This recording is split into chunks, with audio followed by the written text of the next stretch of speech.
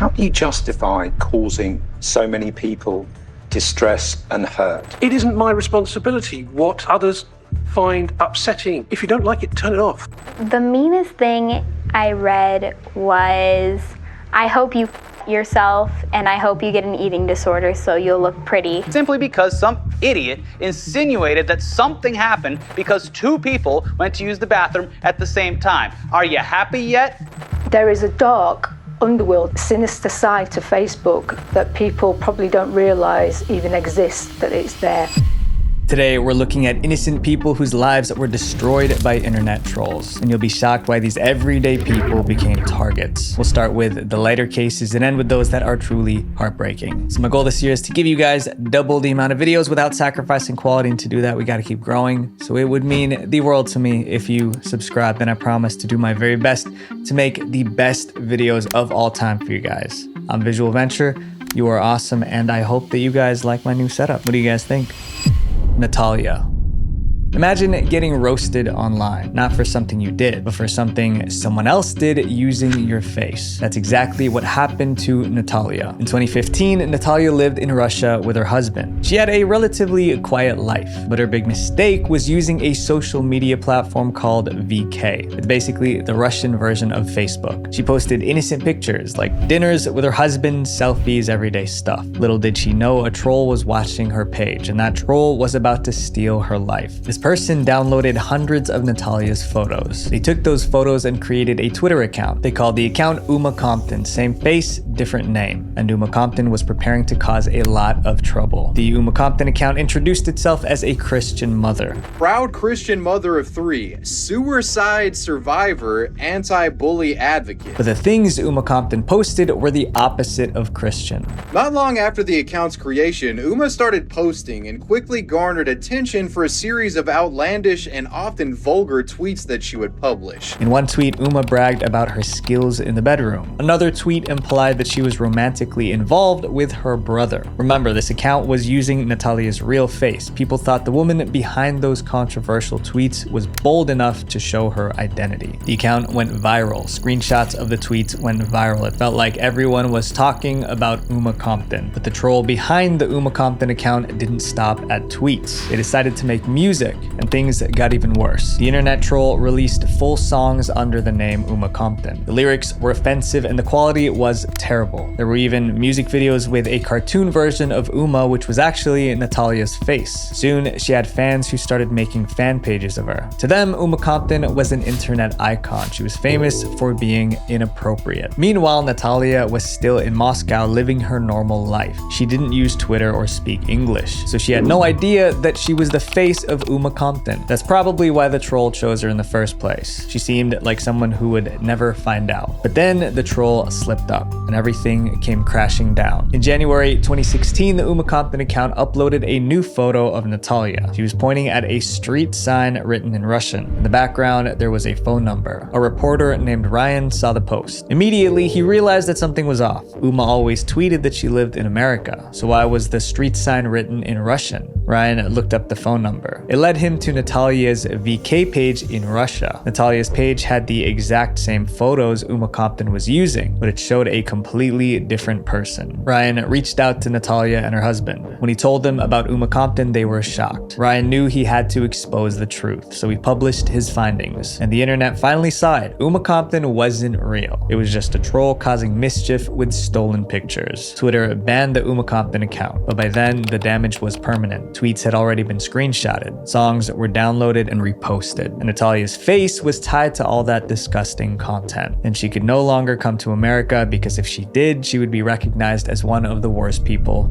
ever. Natalia's face was stolen and she didn't even know it until it was too late. But here's the scary part. This could happen to any of us because your personal information is already floating online. Not because of some troll, but because of data brokers. So they sell your private information without your consent. They make no attempt to stop scammers or even stalkers from buying it. Why? Because they make billions of dollars a year off of it. And I don't understand why, but it is completely legal. So I know you guys might not understand the gravity of what I'm saying right now, but I've had firsthand experience with people stealing my information and threatening me with it to the point that the authorities got involved. It's serious. That's why I use Aura, the sponsor of this video. Aura finds data brokers exposing your information and automatically sends them requests to get your information taken down, and they legally have to comply. And Aura handles it for you automatically. Aura also monitors the dark web, alerts you if someone's trying to use your information for credit fraud, and it comes with a VPN and password manager. And if something does happen, you're covered with up to $5 million in identity theft insurance, and their fraud support will help you fast. You can try Aura for free for 14 days at aura.com/VV. That's more than enough time for them to start removing your information online.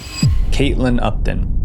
Caitlin Upton thought she was about to become a beauty queen. Instead, she became the target of internet trolls who ruined her life. In November 2006, Caitlin became Miss Teen South Carolina, and it was time to take the next step. She moved on to the national stage, Miss Teen USA. Tonight, 51 of the hottest teens from all over the nation are getting ready to compete for the dream of a lifetime. It was a huge event. Millions were watching live from home. Caitlin made it to the top 5. That's when the questions began. One of the judges asked her a question. Recent polls have shown a fifth of Americans can't locate the U.S. on a world map. Why do you think this is? It was a question about education and geography, but maybe Caitlin was nervous because what came out next was not a logical answer. It was a mess. Because some people out there in our nation don't have maps, and I believe that our education, like such as in South Africa and the Iraq, everywhere like such as. The crowd went silent. Even the host froze. He wanted to help her, but he couldn't. As a host, they specifically tell me that you're not allowed to say anything or help the contestant at all. Caitlin wasn't the first to fumble during a pageant, but internet trolls decided to make her suffer for her mistake. Someone clipped Caitlin's mistake and posted it online. It spread like wildfire. The video crossed 1 million views on YouTube. On Reddit, the comments were vicious. One said, "This is what having a brain fart looks like." They made memes and parody videos. One showed cartoons dancing in her brain.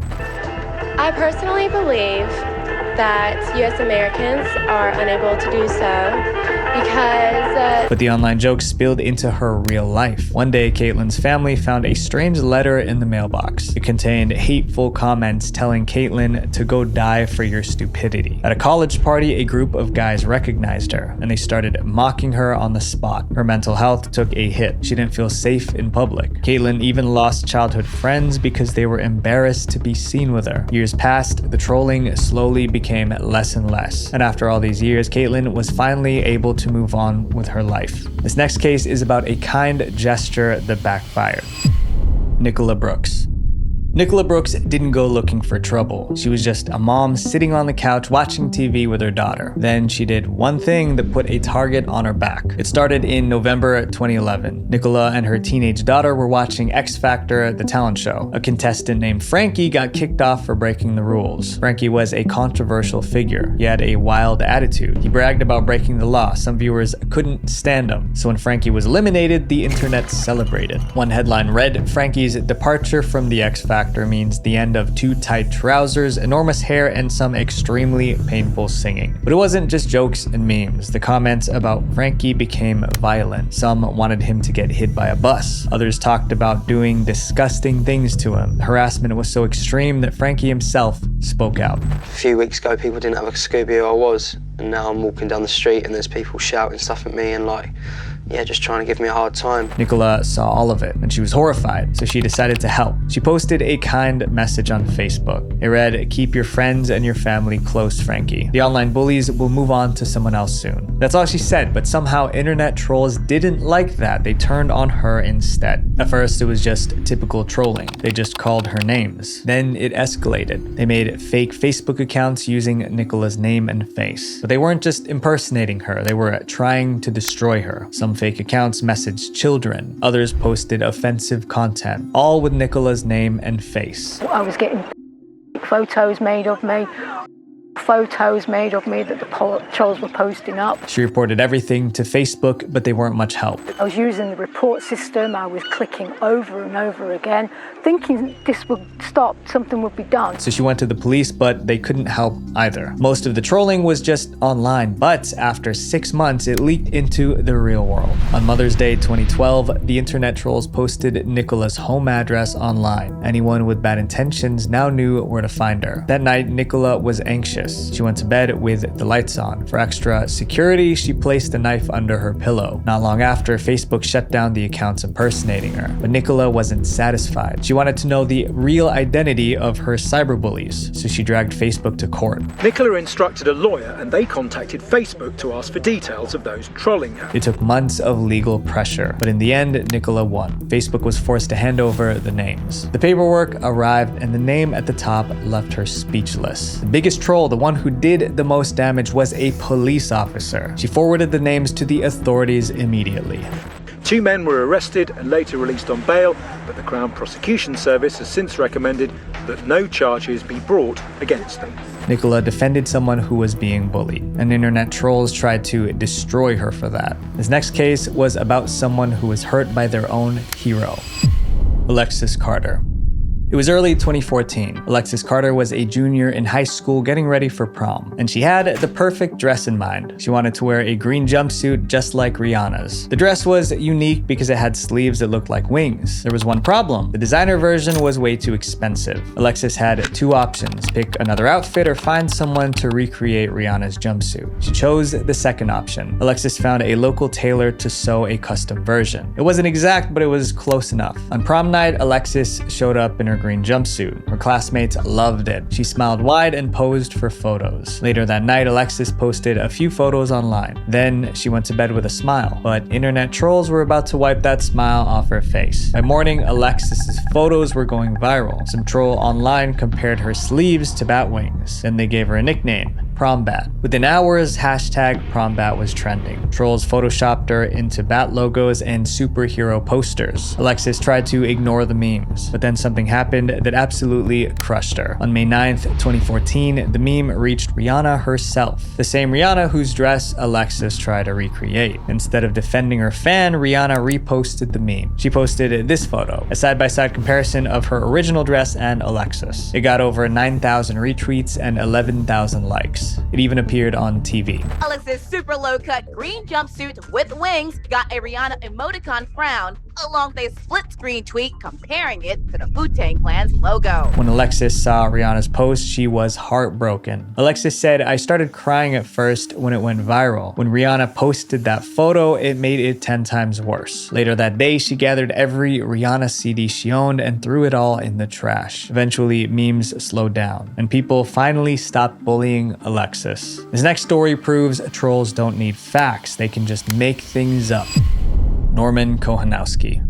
Norman was a teenager from Germany. He loved filming goofy skits with a camcorder, but one of those skits invited dangerous people into his life. In 2006, Norman created a fictional character named Leopold. Leopold was supposed to be a hot-headed gamer with a bad temper. One day, Norman filmed himself acting as Leopold. In that skit, Leopold was having a meltdown over a computer game. It was meant to be a joke about gamers who took things way too seriously. He posted the video on his personal website, so anyone who saw it knew it was an act. And then the problem started. Someone downloaded the video, then uploaded it on YouTube with a different title, Angry German Kid. It went viral on YouTube. Not because people thought it was funny, but because people thought it was real. Based on the comments, they thought Norman was an angry, unstable mess. Then German television found it, and they made the situation 10 times worse. In November 2006, there was a tragic incident in Germany. It involved a school and a pew-pew. German media scrambled to find something to blame. There was a theory going around that video game addiction made kids violent, so the reporters went looking for examples. Just like that, they found Norman's video. It was perfect. A TV station used the clip in a documentary about gaming addiction and violence. They didn't mention it was a sketch. Instead, they made up a story. They claimed the meltdown was real, and that Norman's father secretly recorded him. They even called him Leopold like it was his real name. Norman was a good kid, but now millions thought he was a violent freak. Just when it seemed it couldn't get any worse, the trolls showed up. Once the documentary aired, Norman became a meme. Trolls edited the footage with fake subtitles. But the worst part wasn't the internet, it was the kids at school. They teased him every chance they got.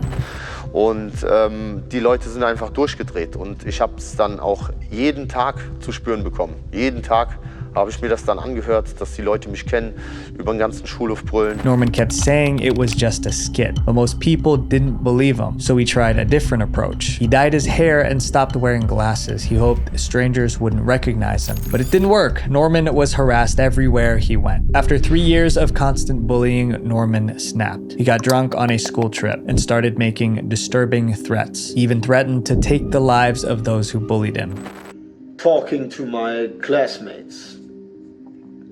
How I hate all people, how I hate this world. While he was ranting, someone recorded him. They took it straight to the teachers, and Norman was arrested and expelled from school. By this point, Norman was in a fit of rage. He refused community service, so he was sent to juvenile detention. By the time he got out a month later, everything was different. He locked himself in his room, hiding from the world, all because people online turned a joke into a nightmare. It took 2 years, but Norman started putting his life back together. He made new friends and got into a relationship. He even became a music producer. Imagine doing someone a favor only for that person to turn around and backstab you online. That's the next story. Helen, the Plain Bay woman. In 2018, Helen was flying from New York to Dallas. She sat next to a lady named Rosie Blair. The two women were strangers. Before takeoff, Rosie asked Helen for a favor. Rosie's boyfriend was in a different seat, and she wanted to sit next to him. So she asked Helen to switch seats with him. Helen agreed. But just before the swap, Rosie made a joke. She said maybe the guy Helen was about to sit next to might be the love of her life. They both laughed. Helen didn't realize that joke was a red flag. Helen moved seats, and she ended up sitting next to a random guy. Helen and the guy started chatting. They really got along. Helen had no idea that behind her, Rosie was watching everything. From the row behind, Rosie saw Helen talking to this random guy, and she believed that her joke was coming true. So she pulled out her phone and started live tweeting what she thought was a love story unfolding in real time. Rosie took pictures. She listened in on their conversation and tweeted everything she noticed. One tweet said, "No wedding rings in sight." Another said, "They're both personal trainers. They have touched arms a few times, and they're both vegetarians." Then one tweet went a little too far. She wrote that Helen and the man both went to the restroom at the same time, and when Helen came back, her hair was down. Rosie's tweet hinted that something intimate happened. Saying that the girl in question went to the bathroom with her hair up. And what did Detective Rosie Blair say? When she came back, her hair was down. By the next day, Rosie's tweets went viral. Hashtag Plain Bay was trending. This morning, we have a love story to tell you about for the ages.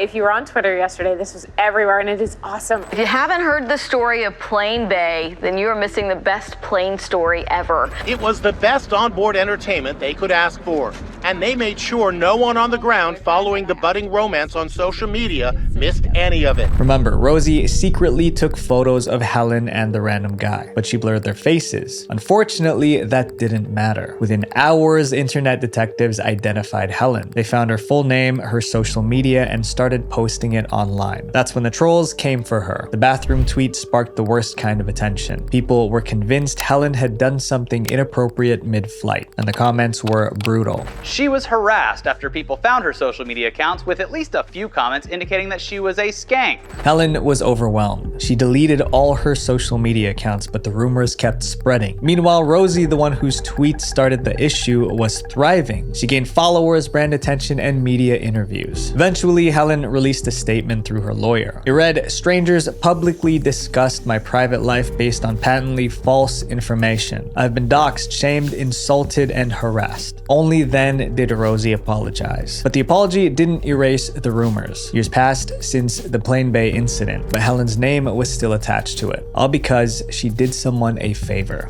The girl in the next story had no idea that chasing her passion would ruin her life. Rebecca Black.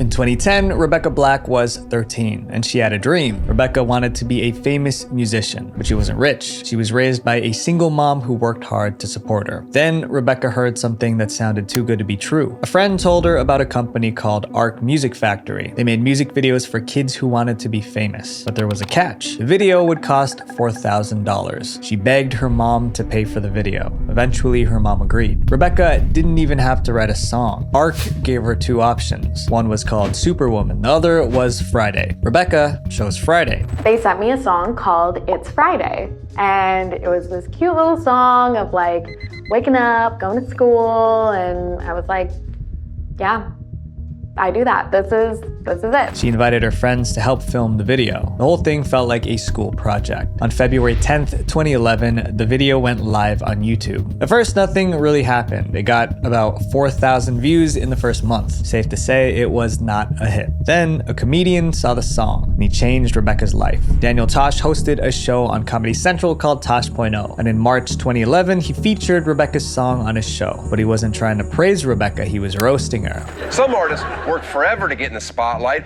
Others have their mom pay a shitty producer $4 grand to make a music video for their not especially talented daughter. That one joke lit the fuse. Rebecca's video shot up from 4,000 views to 70,000 overnight. Then it hit 200,000 the next day. By the end of the week, Friday had 29 million views. And almost every comment was a punchline. Comments were starting to come a bit more, and they were definitely all making fun of me, making fun of the song. That immediately put the biggest pit in my stomach I've probably ever had. Friday was among the most hated videos in YouTube history. It had over 2 million dislikes and only about 300,000 likes. Then it turned dangerous. Two people contacted Rebecca's family, one by phone, the other by email. Both said the same thing: take the video down or we'll take your daughter's life. That's when it stopped being a joke. Specifically, they mentioned that they were going to take her life, and that's where you have to draw the line. Rebecca didn't take the video down. The Friday music video remains on her YouTube channel till this day. Eventually, celebrities like Katy Perry and Lady Gaga told people to back off, and slowly the trolling and threats stopped. Most people expected Rebecca to disappear forever, but she kept making music. She released albums, became a DJ, and now tours with major artists. Rebecca Black went viral for all the wrong reasons, but somehow she turned it into something real.